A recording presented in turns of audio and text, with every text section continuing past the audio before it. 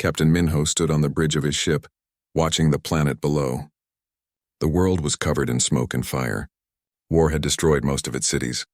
His crew was busy loading the last of the medical supplies onto transport shuttles. This was what Earth did now. They helped. They healed. They never fought. "Captain, the last shuttle is ready," said Dr. Yuna, walking up beside him. She was tired.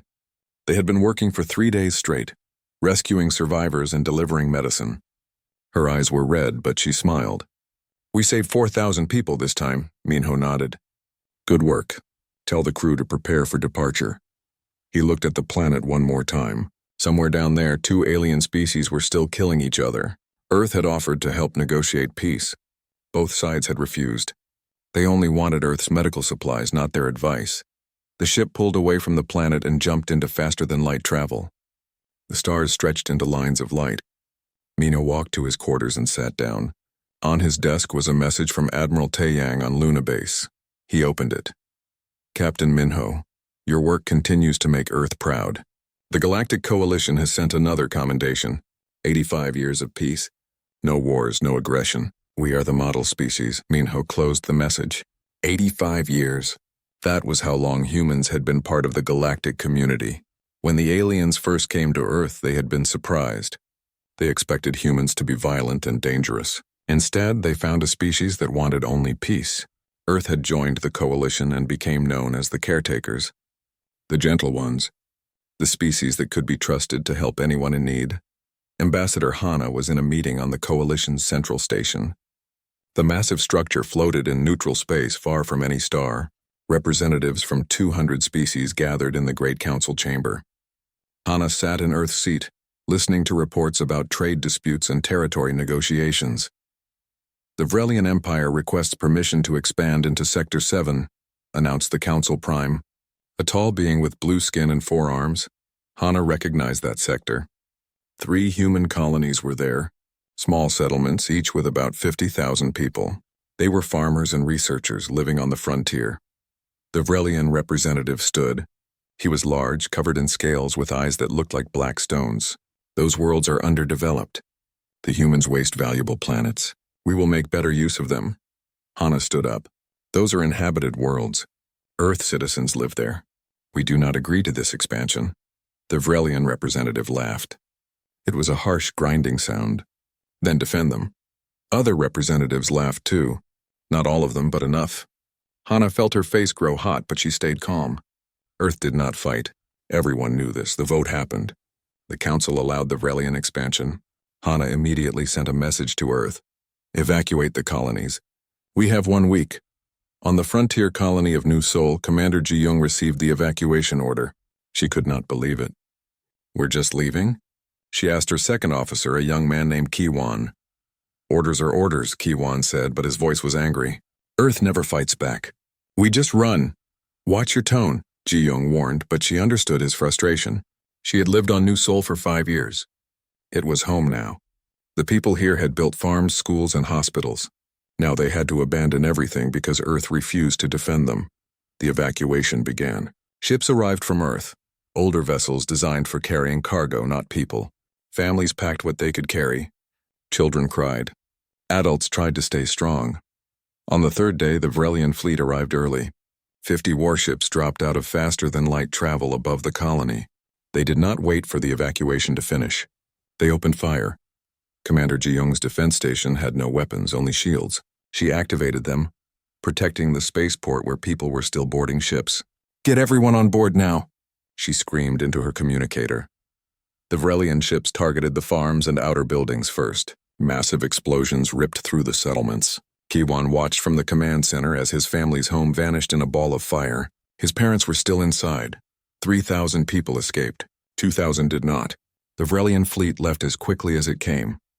They broadcasted a message across all human channels. "This is just the beginning. Your kindness is weakness. Your peace is cowardice." When Captain Minho heard the news, he was still 2 days from Earth.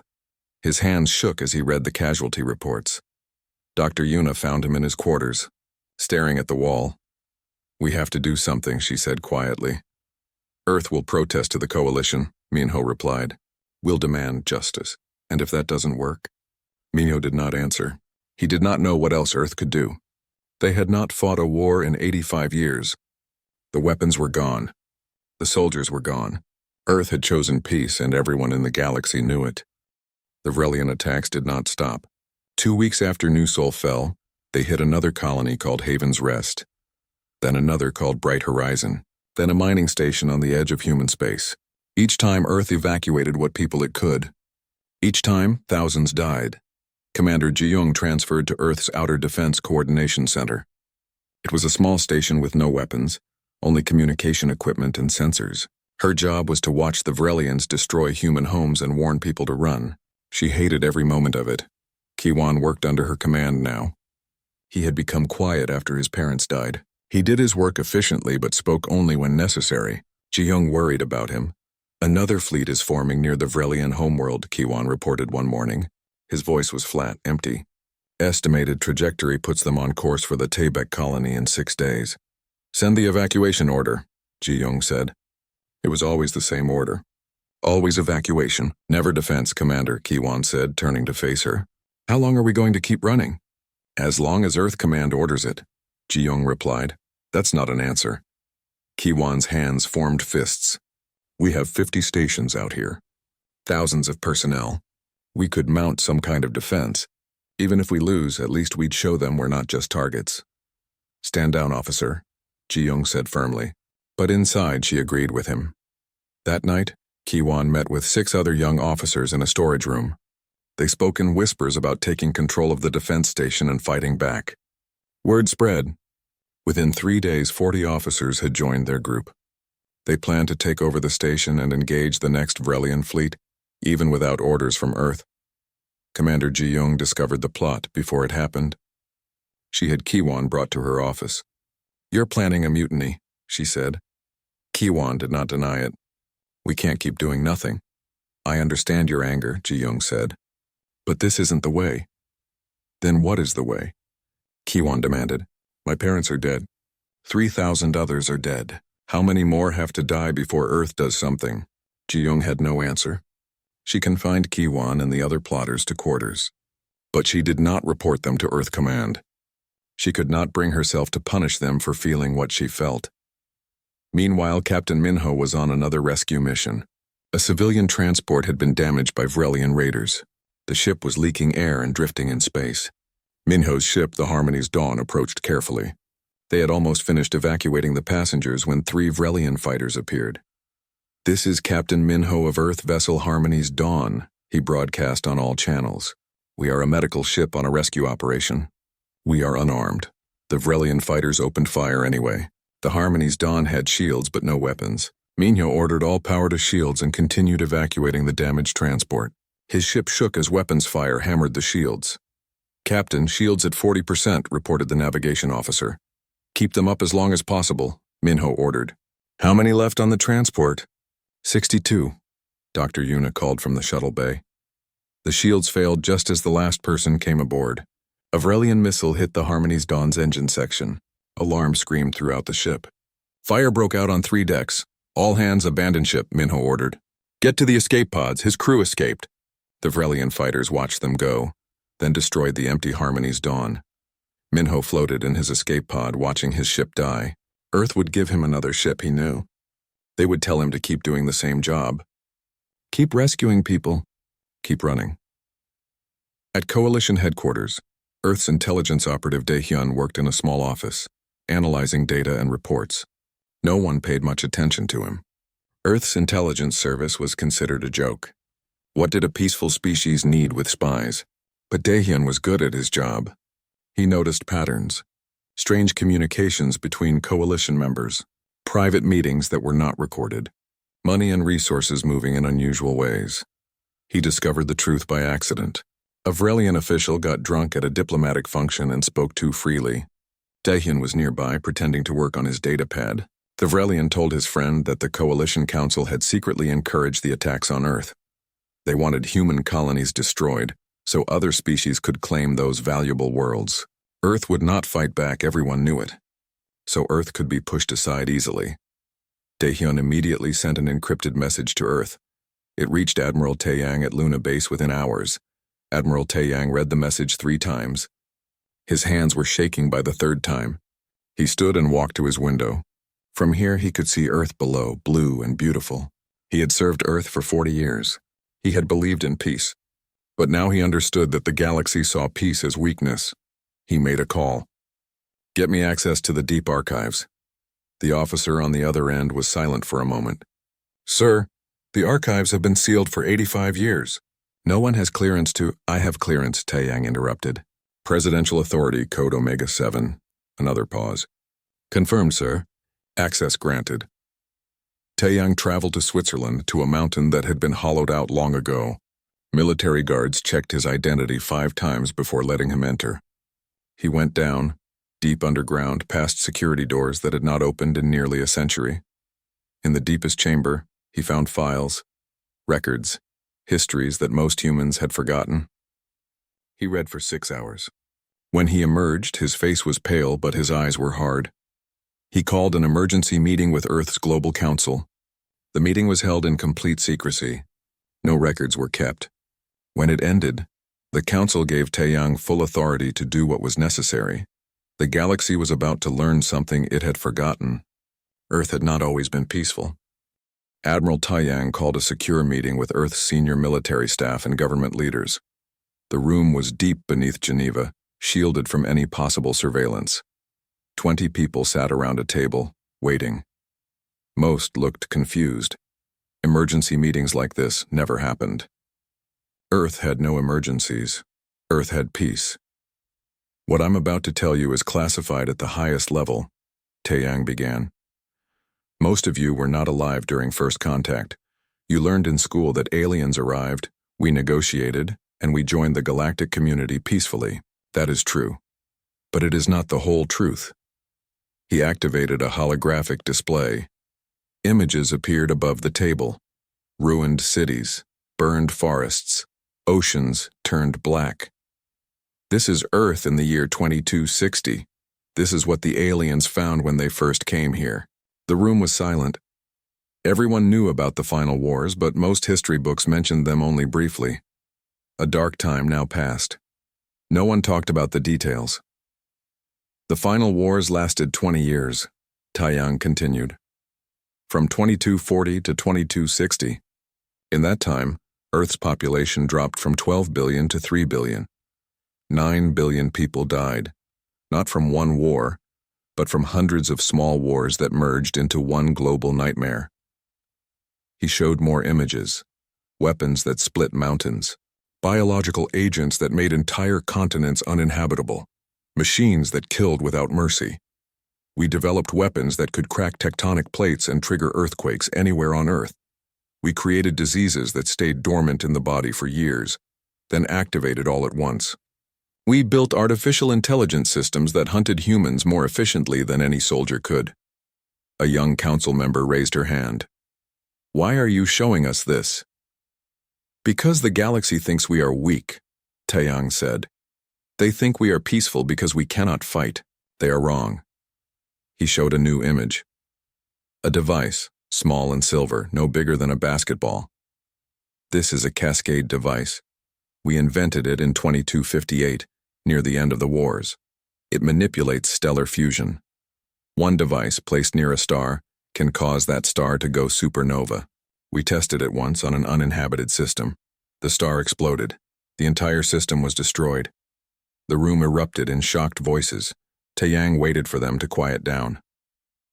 "When the aliens arrived in 2262, they came with peaceful intentions, but they were also cautious.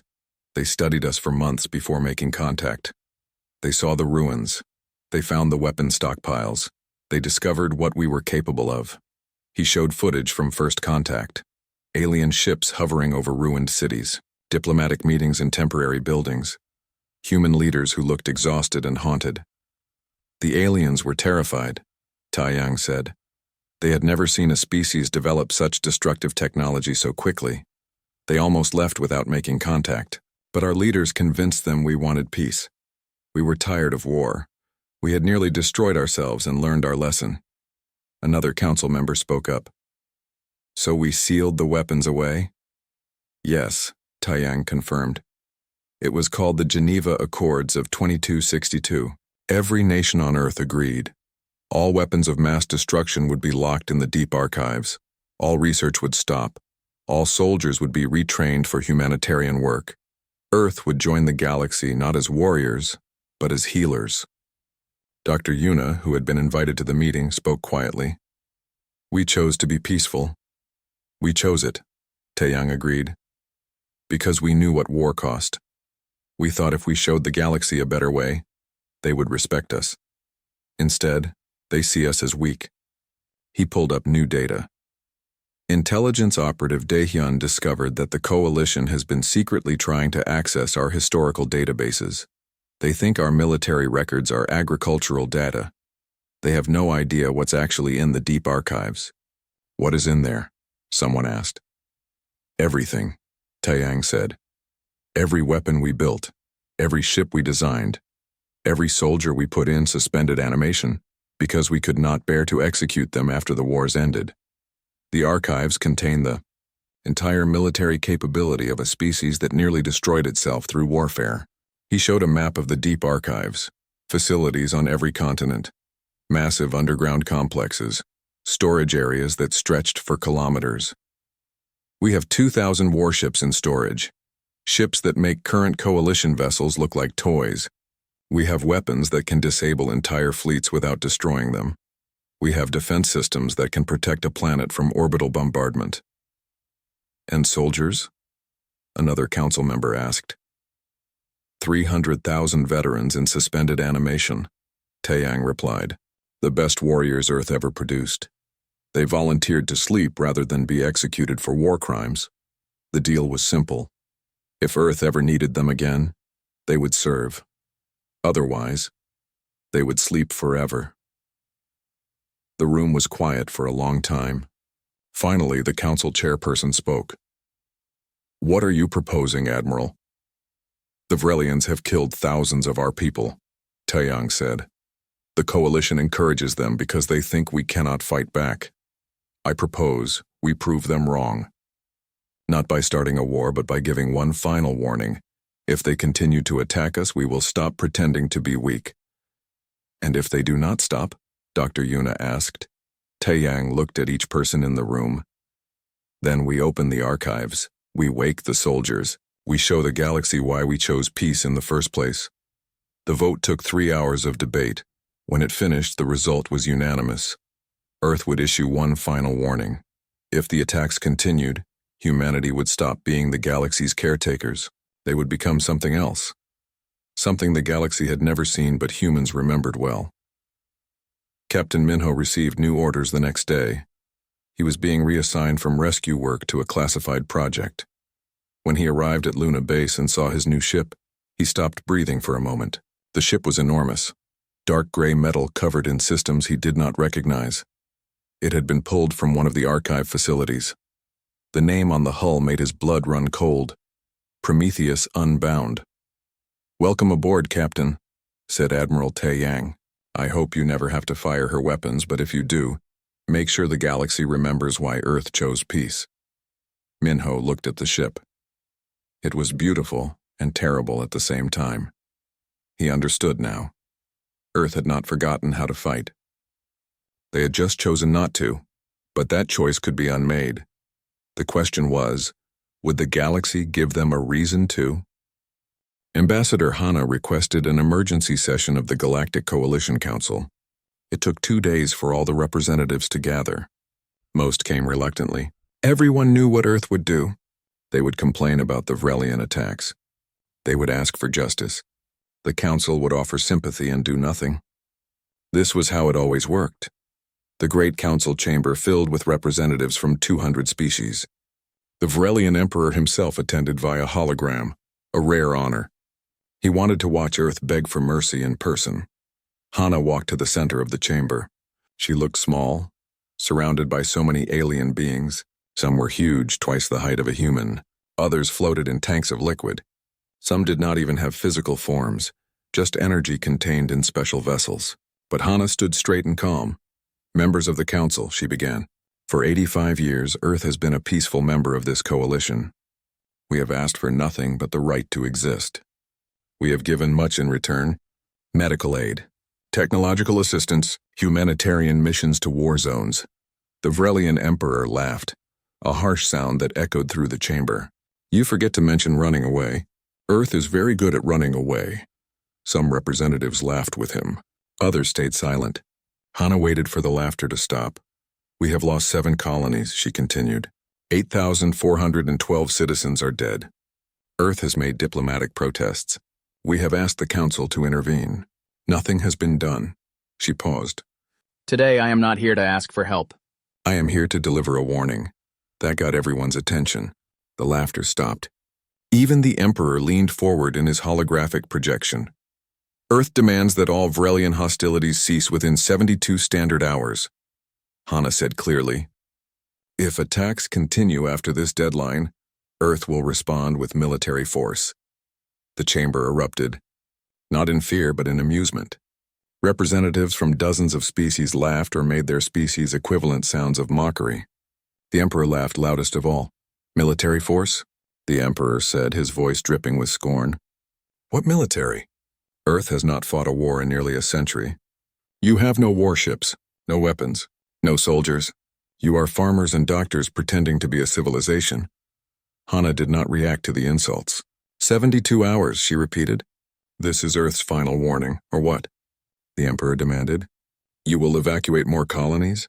You will send more protests? Earth is weak. You always have been. Your warning means nothing. Hannah looked directly at the Emperor's hologram. We gave you the truth. What you do with it is your choice. She turned and walked out of the chamber. Behind her, the laughter continued. The Emperor made his choice quickly. Within 6 hours, he ordered immediate attacks on 5 human colonies simultaneously. He wanted to crush Earth's spirit completely. He wanted to show the galaxy what happened to species that made empty threats. At Luna Base, Admiral Taeyang received the reports. 5 fleets were moving toward human space. They would arrive in 18 hours. He took a deep breath and opened a communication channel to every human military facility on Earth and throughout the solar system. This is Admiral Taeyang. Authorization code Omega-7.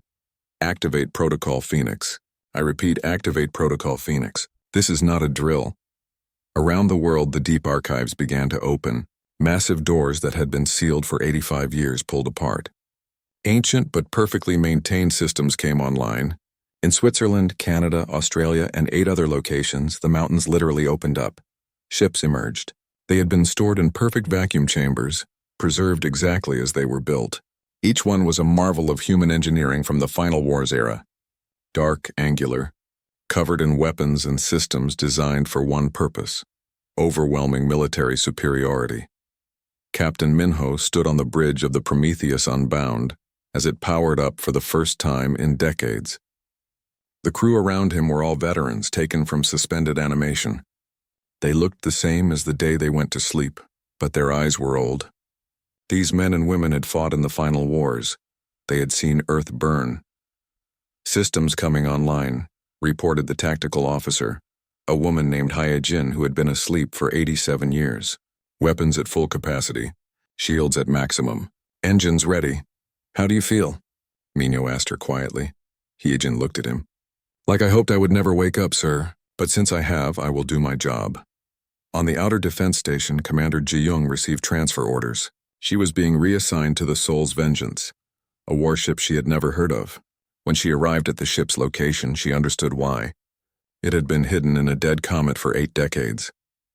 Kiwan and the other officers who had planned the mutiny were released from confinement and given new assignments. Kiwan found himself on a training simulator, learning to operate weapon systems he could barely comprehend. Point defense that could track 10,000 targets simultaneously, missiles that could bend space and hit targets on the other side of a solar system, energy weapons that drew power directly from the ship's fusion core. This is impossible, Kiwan said to his instructor, an old veteran named Sang-woo. No, Sang-woo replied. This is what we built when we were trying to kill each other. Imagine what motivated humans can create when they are fighting for survival. Dr. Yuna worked with intelligence operative Daehyun to broadcast humanity's true history across all coalition channels. They showed footage that had been sealed for 85 years. Cities vanishing in nuclear fire, orbital bombardment turning landscapes into glass. The ocean boiling from thermal weapons. The moon's surface being reshaped by weapons that should never have existed. Many alien species watched in horror. Some began evacuating areas near human space. They understood now. Earth had not been weak. Earth had been restraining itself. But the Vrelian Empire dismissed the footage as lies. Propaganda, the Emperor declared. Desperate fabrications from a dying species. We will not be intimidated by special effects and old videos. 24 hours before the deadline, 3 Vrelian fleets totaling 400 warships surrounded Earth's solar system. They broadcast their intentions across all channels. Earth's home system would be destroyed. Humanity would be made an example. Any species that defied the strong would end this way. Admiral Taeyang stood in the command center on Luna, watching the Vrelian fleets position themselves. Around him, tactical officers tracked every enemy ship. Earth's own fleet, 50 warships pulled from the archives, waited in the moon's shadow. They were powered down, nearly invisible to sensors. "Sir," said a communications officer, "the deadline is in 15 minutes. Has the evacuation of Earth's civilian population been completed?" Taeyang asked. "Yes, sir. Everyone is in the deep shelters. They can survive down there for months if necessary." Taeyang nodded. He opened a channel to all human military vessels. "All ships, this is Admiral Taeyang. In 15 minutes, if the Vrelian fleets have not withdrawn, we will engage. Our orders are clear. Disable enemy vessels when possible. Destroy them only if necessary. Minimize casualties on both sides. But make no mistake, we will win this battle. Good luck to you all." The channel closed. Taeyang looked at the countdown timer. 14 minutes, 13, 12. He hoped the Vrelians would retreat. He hoped this could end without more death. But he knew they would not. The Emperor's pride would not allow it. The countdown reached 0. The Vrelian fleets opened fire on Earth, and Admiral Taeyang gave the order that changed everything. "All ships, weapons free. Show them why we chose peace." The Vrelian missiles never reached Earth. As they crossed into the inner solar system, thousands of small satellites activated. They had been disguised as commercial communication equipment for decades. Now they revealed their true purpose. Energy fields erupted between Earth and the incoming attack, forming a shield that covered the entire planet. The missiles exploded harmlessly against the barrier. On the Vrelian flagship, the Emperor stared at his tactical display in confusion. What is that? How did they create a planetary shield? His tactical officer checked his systems twice. "Sir, those satellites have been there for years. We thought they were civilian technology." "We were wrong," the Emperor snarled. "Fire again. Overwhelm the shield." But before his fleets could fire a second volley, 50 human warships emerged from behind the moon. The Prometheus Unbound led them, Captain Minho at the helm. The human ships were larger than the biggest Vrelian dreadnoughts. They moved with impossible grace for their size, accelerating faster than should be physically possible. "All Vrelian vessels," Minho broadcast on all frequencies. "This is your final chance to withdraw. Leave this system now and no harm will come to you." The Emperor's response was to order his entire fleet to fire on the human ships. 400 warships unleashed everything they had. Energy beams, missiles, projectile weapons, all of it concentrated on the 50 human vessels. The human shields held. Not just held, they did not even flicker. Every shot was absorbed or deflected with casual ease. Tactical Officer Hyejin studied her displays with professional calm. "Enemy weapons are ineffective, Captain. Their technology is approximately 80 years behind ours." "Return fire," Minho ordered. "Precision targeting. Disable their weapons and engines. Do not destroy the ships." What happened next lasted only 11 minutes, but it would be studied by military historians for centuries. The human warships did not fight like any military force the galaxy had ever seen. They did not fire overwhelming barrages of weapons. Instead, each shot was carefully calculated. A human ship would fire once. A Vrelian warship's weapons would explode, perfectly destroyed while leaving the rest of the ship intact. Another shot, and the engines would fail, leaving the Vrelian ship adrift but intact. The crew was alive. The ship could be repaired, but it could not fight and it could not run. "They're toying with us," whispered a Vrelian tactical officer aboard one of the disabled ships. "They could destroy us, but they're choosing not to." Captain Minho's ship moved through the Vrelian fleet like a dancer through a crowd. Weapons that should have been impossible, tracked hundreds of targets simultaneously, missiles that bent space itself around obstacles, energy beams that split into dozens of smaller beams, each one finding a different target. On the Soul's Vengeance, Commander Ji-young commanded her ship with steady hands. She had been given a target list, 12 Vrelian warships.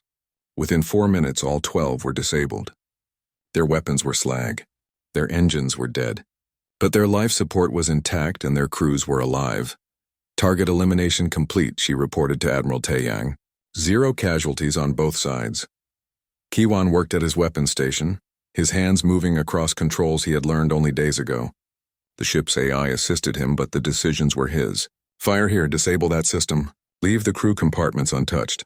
He thought about his parents, dead on New Seoul. He could have fired differently. He could have destroyed these ships and killed everyone aboard. But he followed his orders. He chose mercy. Across the battlefield, the same story repeated. Human ships disabled Vrelian vessels with surgical precision. Some Vrelian ships tried to self-destruct rather than surrender. The human ships stopped them, remotely disabling the self-destruct systems before they could activate. The message was clear. You will not die today. We will not allow it. 11 minutes after the battle began, 400 Vrelian warships floated in space, completely disabled. Not one had been destroyed. Not one crew member had died. The human fleet had not taken a single casualty. The Emperor stared at his screens in disbelief. His entire fleet defeated without losses on either side. It should have been impossible. Sir, his communications officer said quietly, we are receiving a transmission from Earth. Admiral Taeyang's face appeared on every screen in every Vrelian ship. Vrelian forces, this is Admiral Taeyang of Earth Defense. You are defeated but not destroyed. Your crews are alive. We will allow rescue ships to retrieve you. But understand this, we could have killed you all. We chose not to. Remember that choice, but Earth was not done. Commander Ji-young's fleet, 20 ships that had been positioned on the outer edge of the system, jumped to faster-than-light travel. Their destination, the Vrelian homeworld. They arrived in the Vrelian home system within 6 hours. The planet below was heavily defended. Orbital stations, defense platforms, thousands of automated weapons. The Vrelian High Command immediately ordered all defenses to fire. Nothing happened. Every defense system had been remotely disabled before the human fleet even arrived. Intelligence operative Dae-hyun had spent the past week infiltrating Vrelian military networks. He knew every access code, every backdoor, every weakness. The Vrelians had made their systems complex but not secure. Humans had invented cyber warfare during the final wars. The Vrelian defenses might as well have been unlocked doors. Commander Ji-young broadcast to the planet below. Vrelian citizens, we are not here to attack. We are here to demonstrate. One of her ships moved closer to the Vrelian sun. It deployed a device small and silver, the same device Admiral Taeyang had shown in his classified briefing. A cascade device, the device activated. The Vrelian sun began to flare in controlled patterns. Massive loops of plasma rose from the surface, spelling out words in radiation patterns that could be read across the entire system. We could end you. We choose not to. Every person on the Vrelian homeworld saw it. Every ship in the system detected it. One small human device had manipulated their sun like a puppet. If humans wanted to, they could make that sun go supernova. They could destroy the entire system. But they chose to write a message instead. Ki-1 transmitted on all Vrelian frequencies from his station. We are not your enemies. We never were. We wanted peace. You chose war. Now you see what we could do. Stand down. This ends now. The Vrelian government surrendered 30 minutes later. The Emperor himself appeared via hologram, his pride broken. Earth, we yield. Cease your demonstration. We will withdraw from all human territories. We will pay reparations. Just please do not destroy our sun. We were never going to destroy it, Ji-young replied. That's the point you keep missing. Across the galaxy, every species that had attacked human colonies, every pirate who had raided human ships, every government that had ignored Earth's diplomatic protests, all of them found human warships appearing in their space. Ships that had traveled faster than light through quantum displacement, a technology the galaxy did not know existed. Ships that could appear anywhere, anytime. The human warships did not attack. They just appeared. They demonstrated their capabilities. They showed what they could do. And then they delivered the same message. We choose peace. Do not make us choose war. Within 1 week, every attack on human territory stopped. Within 2 weeks, formal apologies began arriving from governments across the galaxy. Within a month, the Galactic Coalition Council requested an emergency meeting to discuss Earth's new status. Dr. Yuna coordinated with Coalition Medical ships to rescue Vrelian crews from the disabled vessels in Earth's system. Human medics treated injured Vrelian soldiers. Human engineers helped repair damaged ships so they could limp home. Even in victory, Earth showed mercy. The battle that became known as the 11-minute war changed everything. Across the galaxy, species that had viewed humans as weak caretakers now watched humanity with new eyes, some with respect, some with fear, all with understanding. Captain Minho remained in Earth's solar system for 2 weeks after the battle, overseeing the recovery of Vrelian crews from disabled ships. He stood on the bridge of the Prometheus Unbound, watching as human medical vessels moved between the floating wrecks. Dr. Yuna was on one of those ships, treating wounded Vrelian soldiers. It feels strange, Minho said to Tactical Officer Hyejin. We defeated them completely and now we're saving their lives. That's why we chose peace, Captain, Hyejin replied. She had fought in the final wars, she had killed thousands. Now she helped save those she had defeated. Winning a battle is easy compared to winning the peace that follows.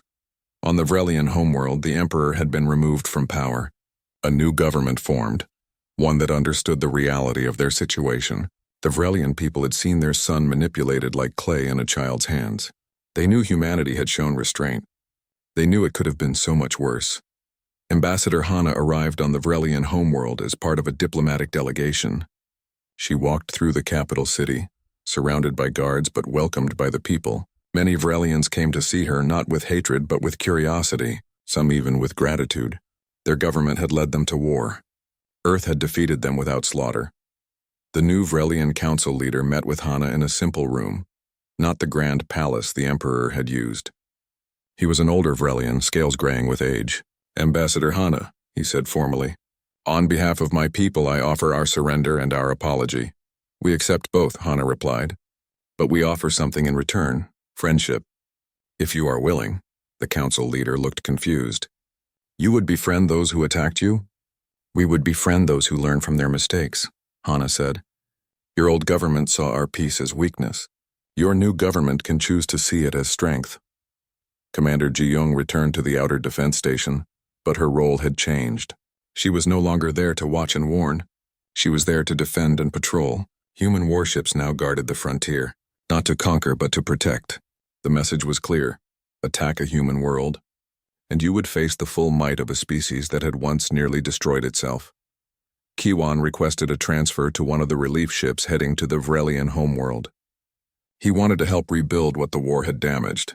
My parents died in the fighting, he told Commander Ji-young when he submitted his request.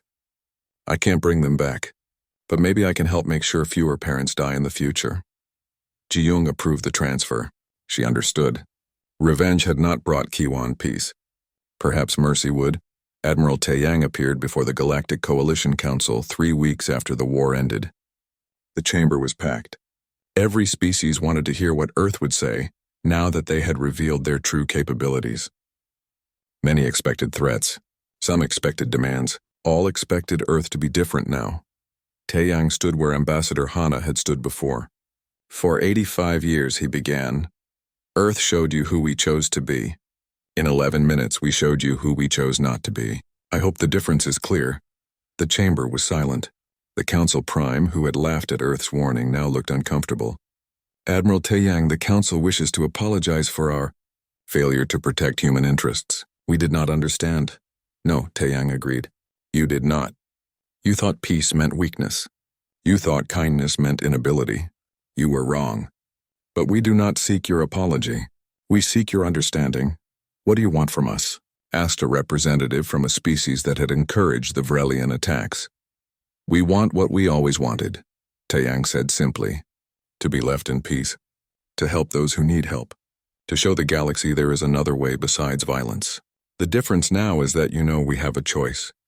We choose peace because we understand war, not because we fear it, the Council Prime spoke carefully. And your weapons? Will you seal them away again? Most of them, yes, Taeyang confirmed. We do not wish to be a military power. But we will maintain a defensive fleet. We will protect our people. We will no longer rely on the kindness of others for our survival. A representative from a species known for military strength stood. He was a massive being covered in armor plating. Admiral, my people respect strength. We now respect Earth. We offer an alliance. Other species quickly followed. Within an hour, 20 species had offered alliances or mutual defense pacts. Earth, which had been ignored for decades, was now the most sought-after ally in the galaxy. But Taiyang declined most offers. We will consider each proposal carefully, but understand, Earth will not be drawn into your conflicts. We will defend ourselves. We will help those who ask for humanitarian aid, but we will not be your weapon against your enemies. Captain Minho received orders to return the Prometheus unbound to storage. He stood on the bridge one last time, looking at the weapon systems that had disabled 400 enemy ships without killing a single person. Will we ever use you again? He asked the empty air. Tactical Officer Hyejin, who was being returned to suspended animation, answered before she left. I hope not, Captain.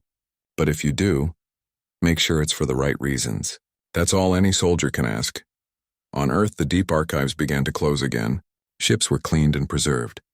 Weapons were secured. Soldiers said goodbye to the world they barely recognized and returned to their sleep. Most were relieved. They had been given a chance to fight with honor instead of rage. They had defeated an enemy without becoming monsters. It was enough, but some things changed permanently. Earth maintained a fleet of 50 warships, small compared to major military powers, but crewed by trained personnel, and equipped with technology that made them more than equal to any threat. Defense stations were upgraded. Shields were installed around major colonies. Earth would never again be defenseless. Dr. Yuna established a new cultural exchange program with the Vrelians. She called it From Ashes Understanding. Young Vrelians would study on Earth. Young humans would study on the Vrelian homeworld. Both species would learn from each other. Both would remember that peace was possible even after war. Kiwan worked in a Vrelian city, helping rebuild homes destroyed by the economic collapse that followed the war. A Vrelian child asked him one day, "Why do you help us?" "We killed your people." Kiwan thought about his parents. He thought about the anger he had felt. He thought about the moment he could have chosen destruction instead of mercy. Because, he said finally, someone has to be the first to stop fighting. If everyone waits for the other side to stop first, the fighting never ends. 3 months after the 11-minute war, Earth's Global Council held a final vote on whether to maintain their new military posture or return to complete pacifism. The debate lasted 2 weeks. In the end, the decision was clear. Earth would remain peaceful but never defenseless. The deep archives would stay sealed, but the surface fleet would remain active. Admiral Taiyang gave a speech at the memorial for those who died in the Vrelian attacks. 8,412 names were carved into a wall of black stone. "We proved we could fight," he said to the gathered crowd. "We proved we could win. Now comes the harder part, proving we can forgive. These people died because we were unwilling to fight. That changes today. But they also died so that we would remember why fighting should always be the last choice, never the first." The galaxy watched Earth carefully in the months that followed, waiting to see if humans would become aggressive now that their strength was revealed. But Earth continued doing what it had always done. Medical ships still delivered aid. Diplomatic vessels still negotiated peace. Human scientists still shared their research. The only difference was that now, nobody mistook kindness for weakness. 3 months after what the galaxy called the 11-minute war, the Galactic Coalition Council met again. The Great Chamber felt different this time. Earth's seat, once positioned in a corner near the back, had been moved to a place of prominence. Nobody had ordered the change. It simply happened.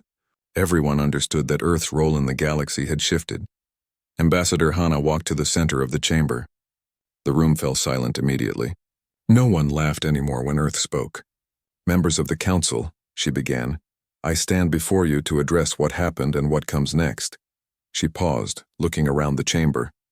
Representatives from 200 species watched her with full attention. "For 85 years we showed you who we chose to be. We healed the sick. We fed the hungry.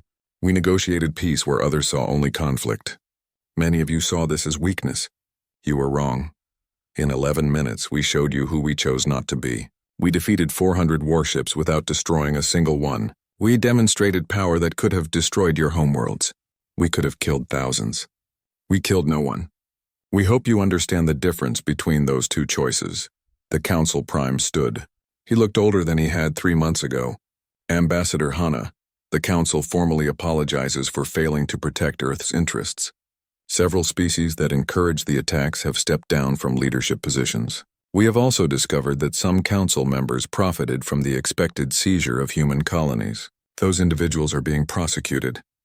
We appreciate the Council's actions, Hana replied, but we did not reveal our capabilities to punish you. We did it to be understood.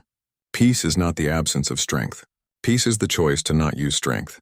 Earth wants the galaxy to know we made that choice consciously, not because we had no other option. A representative from the Deruvian Combine, a species known for their diplomatic skills, spoke next. Ambassador, many species are concerned. Earth has technology far beyond what we knew existed. Some fear what else you might be hiding. That fear is natural, Hana acknowledged. We hid our military history because we were ashamed of it. We nearly destroyed ourselves. We wanted to show you a better version of humanity, but we learned that hiding our past made others think we had no strength to defend ourselves. That mistake cost 8,000 lives. She gestured to a holographic display that showed images from the final wars, the same footage Dr. Yuna had broadcast during the crisis. This is what we were. This is what we choose not to be. We keep these weapons sealed not because we are afraid of others, but because we are afraid of becoming this again. An elderly representative from the Korathi Empire, a species that had existed for millennia, stood slowly. Young species often make this mistake. They think peace and war are opposites. They are not. War is easy. Peace is hard. War ends quickly. Peace must be maintained every day. Earth has learned this lesson faster than most. Hana nodded in respect. Thank you, Elder Korathi. That is exactly what we hope the galaxy understands. The formal apologies continued for another hour. The Vrelian representative, a diplomat named Kish who had replaced the old regime, stood and spoke with genuine humility. My people attacked Earth because we saw your peace as an opportunity. We were taught that the strong survive and the weak perish. Earth taught us that the truly strong choose when to use their strength. Many Vrelians, especially the young, now study human philosophy. They want to understand how a species can be so powerful yet so restrained. Captain Minho was no longer in space. He had returned to commanding humanitarian vessels as he always had. But now his ship, a new vessel called the New Dawn, was escorted by 2 human warships. Not because he needed protection, but because Earth wanted the galaxy to see the balance. Help offered freely, but strength ready if needed. He arrived at a planet suffering from a plague. His medical teams worked alongside Vrelian doctors, once enemies now working together to save lives. Minho watched a human nurse teaching a Vrelian medical student how to operate new equipment. 6 months ago they had been shooting at each other. Now they collaborated to heal. Dr. Yuna had become Earth's chief of interspecies relations. Her From Ashes Understanding program had grown beyond anyone's expectations. Over 3,000 young people, human and alien, participated in exchange programs. Vrelian students studied on Earth. Human students lived on the Vrelian homeworld. Other species asked to join the program. It's strange, Yuna told Minho during one of their regular calls. We had to fight a war to finally be heard. But now that we've been heard, we can do more for peace than we ever could before. Commander Jiyoung remained at the outer defense station, but her role had expanded. She now commanded a defense network that protected not just human colonies, but also requested aid for neighboring systems. A Vrelian colony under pirate attack had called for help. Jiyoung's fleet arrived within hours, drove off the pirates without destroying their ships, and stayed to help repair the damage. The Vrelians had been afraid to ask for help at first. They thought humans would want revenge. Instead, they received protection. Why do you help us? A Vrelian administrator had asked. Because you asked, Jiyoung replied simply. That's what we do. Kiwan had stayed on the Vrelian homeworld. He worked in reconstruction, but he also taught at a new school for war orphans. Both human and Vrelian children attended. Many had lost parents in the fighting. Kiwan understood their pain. He helped them process their grief and anger. My parents died because of this war, Kiwan told his students one day. I was angry. I wanted revenge. But revenge would not bring them back. It would only create more orphans. So instead, I choose to help rebuild. I choose to make sure fewer children lose their parents in the future. A young Vrelian student raised her hand. But you humans could have destroyed us. Why didn't you? Kiwan smiled sadly. Because destroying you would make us like the people we used to be. Earth fought terrible wars long ago. We learned that winning through destruction means everyone loses. It's better to win through understanding. Admiral Taiyang gave his final speech as head of Earth Defense on the anniversary of the 11-minute war. He stood before a crowd of millions, both in person and watching across the galaxy. 1 year ago, Earth revealed that we had the capability for war. Today I stand before you to report that we have not used that capability since. Not once. We have defended ourselves when attacked. We have protected others when asked. But we have not initiated hostility against anyone. He paused, letting his words sink in. Some ask why we maintain a fleet if we do not intend to use it. The answer is simple. Strength unused is strength respected. Before the galaxy knew we could fight, they ignored our pleas for peace. Now that they know we can fight, they listen when we speak. This is the paradox of peace. Sometimes you must show you can fight so that you never have to. But remember, Taeyang continued, our weapons remain our last choice, never our first. We defend, we protect, we help, and only when all other options are exhausted do we fight. That is the promise Earth makes to the galaxy. We will be your helpers, your healers, your friends. But we will never again be your victims. The deep archives remained sealed. The veteran soldiers slept on. Their services no longer needed. The Prometheus Unbound and 49 other warships sat in storage, maintained but inactive. But 50 warships remained active. Patrolling human space and responding to requests for aid. Earth's colonies began to grow again. People who had fled during the attacks returned. New settlements were established. The frontier, once abandoned, became active once more. This time, no one attacked them. The memory of the 11-minute war was too fresh. The galaxy's power dynamics shifted. The Vrelian Empire, once aggressive, became introspective. They studied human philosophy and history. They tried to understand how a species could nearly destroy itself, choose peace and maintain that choice even when powerful. Their military remained strong, but they no longer sought conquest. They sought understanding instead. Other species, seeing Earth's example, began to reconsider their own histories. The Deruvian Combine opened their own archives, revealing a dark period of warfare they had hidden. The Karathi Empire shared their own struggles with peace and war. Across the galaxy, species began to realize that strength and peace were not opposites. They were partners. 5 years after the 11-minute war, a new species made first contact with the Galactic Coalition. They were aggressive and militant, having just achieved faster-than-light travel.